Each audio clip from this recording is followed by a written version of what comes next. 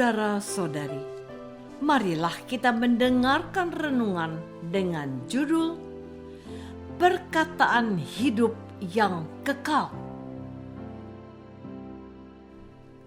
yang berdasarkan pada Injil Yohanes bab 6 ayat 68 dan 69.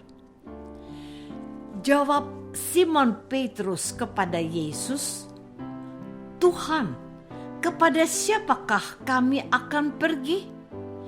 Perkataan-Mu adalah perkataan hidup yang kekal, dan kami telah percaya dan tahu bahwa Engkau adalah yang kudus dari Allah." Dalam nama Bapa dan Putra dan Roh Kudus. Amin. Saudara-saudari terkasih dalam nama Tuhan Yesus Kristus. Dalam sebuah kesempatan, Yesus mengajarkan yang sulit dipahami dan dilakukan para pengikutnya. Mendengar hal itu, para murid yang tidak termasuk para rasul berkata, "Perkataan ini keras. Siapakah yang sanggup mendengarkannya?"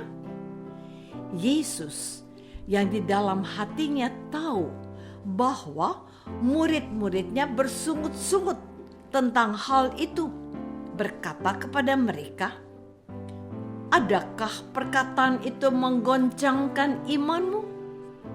Lalu Yesus berkata, "Sebab itu telah kukatakan kepadamu, tidak ada seorang pun dapat datang kepadaku kalau Bapa tidak mengaruniakannya kepadanya."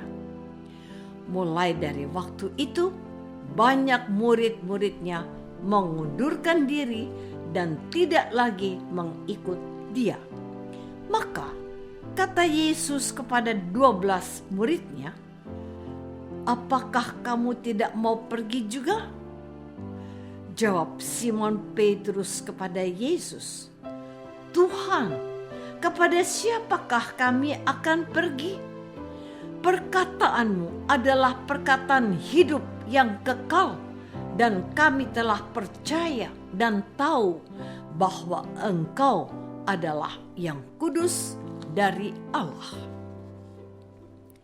Saudara-saudari terkasih, pengajaran Yesus bahwa Yesus adalah roti hidup yang telah turun dari surga membuat banyak orang Israel bingung.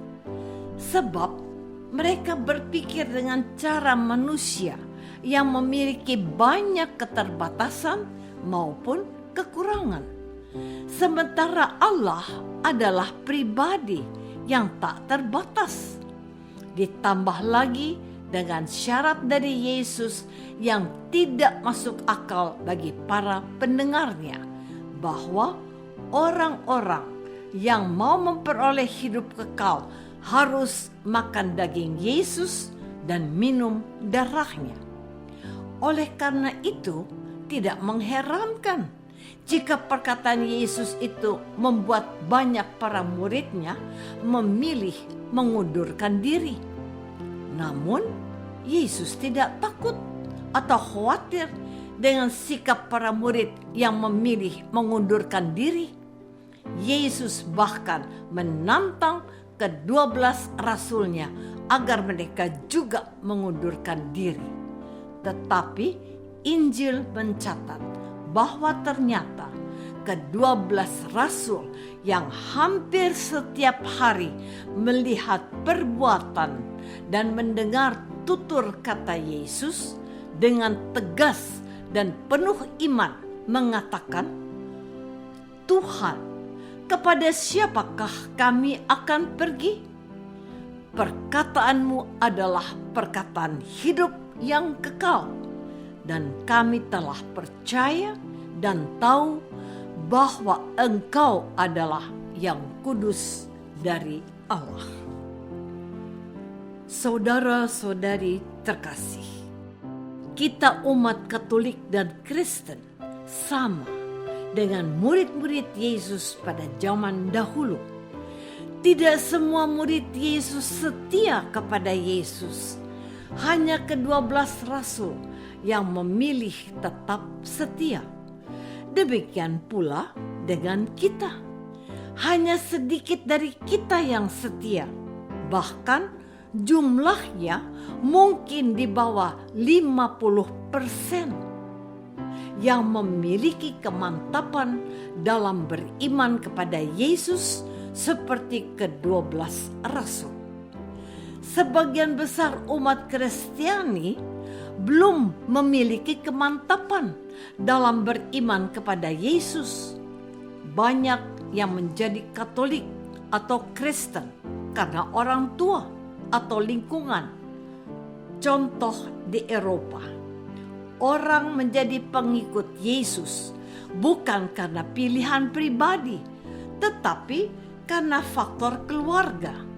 Akibatnya, banyak umat Kristiani yang pengetahuan imannya dangkal atau kurang memadai. Para pengikut Yesus yang imannya dangkal sangat berpotensi untuk mengundurkan diri dan meninggalkan Yesus untuk beralih ke agama lain atau memilih untuk tidak beragama. Hanya sedikit umat Kristiani yang memiliki keyakinan dan kemantapan iman sehingga bisa berkata seperti Rasul Petrus, "Tuhan, kepada siapakah kami akan pergi? Perkataanmu adalah perkataan hidup yang kekal, dan kami telah percaya dan tahu bahwa Engkau adalah yang kudus dari Allah." Saudara-saudari terkasih, jawaban dan pengakuan Rasul Petrus bahwa perkataan Yesus adalah perkataan hidup yang kekal lahir dari sebuah keintiman atau kedekatan. Artinya, Rasul Petrus yakin 100% bahwa Yesus adalah jaminan hidup kekal. Maka Rasul Petrus bersama rasul-rasul lain memilih tetap setia walaupun ada perkataan Yesus yang dinilai keras. Dan kita semua bisa melihat pada akhir hidup para rasul. Para rasul tidak termasuk Yudas Iskariot, semuanya meninggal dengan cara yang sadis dan keji. Mereka tidak takut mati dan disalibkan sama seperti Yesus karena mereka yakin bahwa mereka akan selamat dan masuk surga. Oleh karena itu, tidak mengherankan jika pada zaman dahulu saat agama Kristen baru mulai muncul, banyak pengikut Yesus memilih untuk meninggal sebagai martir. Mereka rela meninggal dengan cara dibunuh, ditembak, atau diracuni demi membela dan mempertahankan imannya kepada Yesus. Kenyataan ini tentu saja bertolak belakang dengan sikap kita umat Kristiani pada zaman sekarang yang begitu mudah meninggalkan Yesus. Apakah selama ini kita sudah memiliki keyakinan yang teguh dan kuat bahwa perkataan Yesus adalah perkataan hidup yang kekal? Marilah kita berdoa. Tuhan Yesus Kristus, perkataan-Mu adalah perkataan hidup yang kekal. Sebab apa yang Engkau sabdakan selalu menuntun dan membawa kami menuju hidup yang kekal bersama Bapa di surga.